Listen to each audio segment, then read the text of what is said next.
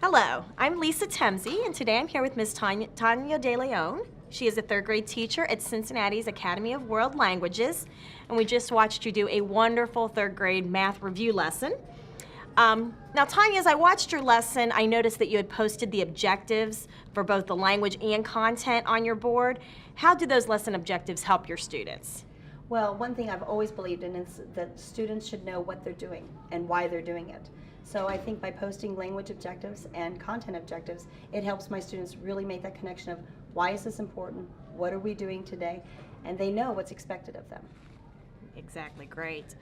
Now, this particular lesson was a review lesson, and you did use a couple of different strategies to build some background, but how would this be different from a typical lesson? And could you maybe give some examples of how you would typically build background in a math lesson? Depending on the topic, I use a lot of videos to introduce, say, decimals. The other day we were introducing decimals, and I went on the internet and found a 20-minute video on building background for decimals and gave lots of illustrations. It was very graphic. It was a cartoon, so it was really engaging for the students. And for our English language learners, they got a lot of different examples of how decimals and fractions are used in numbers. So that's one way that I like to use videos to build background knowledge. I also make my own PowerPoints, and I search the internet again for images that I can put in a PowerPoint that would be examples of different topics.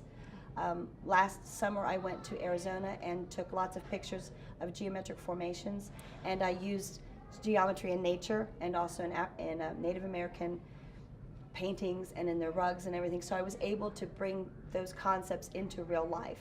So I used a PowerPoint there too. Oh, great examples. How do you emphasize your vocabulary throughout the lesson? Well, if you notice, the students also use a lot of the academic vocabulary because we know their basic interpersonal communication skills develop far quicker than their academic language acquisition. So I'm very strict on, using the content objectives. I don't dummy it down like some people might do. I use the standards as they are, and I make sure they know the terms that they need to know. And again, repeat it. I mean, having the same content objectives for a week at a time helps them learn those terms.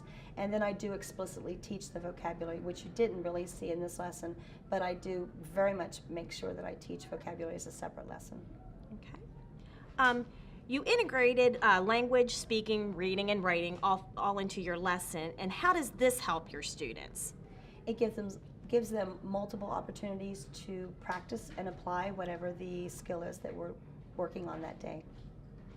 Can you describe some of the strategies that you use to scaffold your instruction, and how do the different strategies help your students?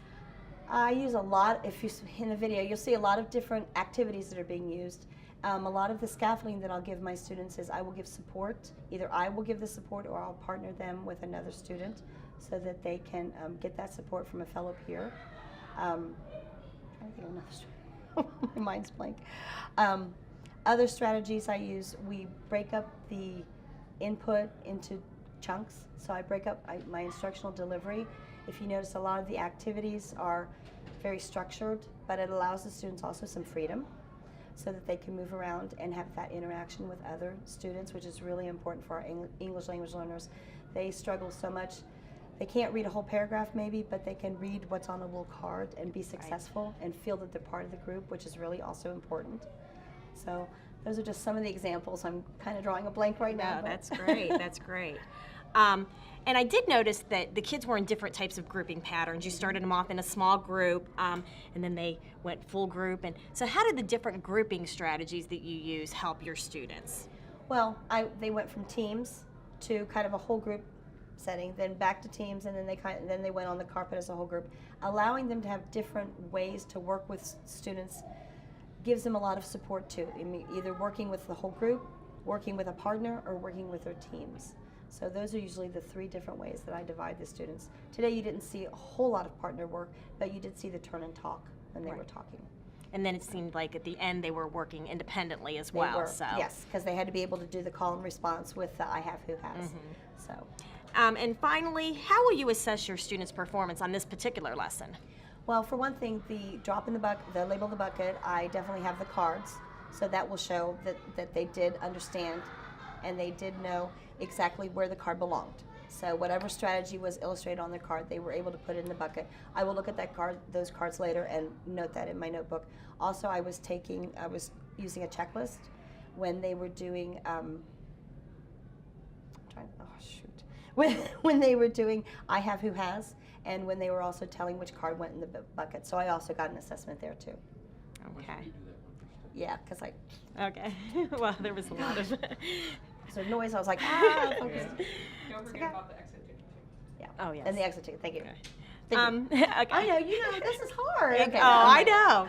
Being on the spot. I'm like, I got mine written Okay. down. Right, let's knock this out. Okay, ready. Finally, how will you assess your students' performance on this particular lesson? During Label the Bucket, I actually will look at the cards and what bucket they're placed in. Also, I was using a checklist as they were verbally saying what bucket it belonged in. So I was checking them off as they correctly identified the bucket. During I Have, Who Has, I was assessing them formally with a check mark and a checklist as they were doing the call and response activity. During Kinesthetic Math Web, I was more verbally assessing them and making sure that they understood what strategy was illustrated on the card and why they belonged to that web. So they had to justify their reasoning. And then finally, we have an exit ticket at the end, which gave me the information that they did understand that was an array and what the product was. Okay, wonderful. Thank you so much for your time. We really enjoyed being in your classroom today and Thank you. watching a wonderful lesson. And it's been a pleasure to be with you today. Thank you very much. Thank you. All right. Yay! All right. Thank you. Yes, that was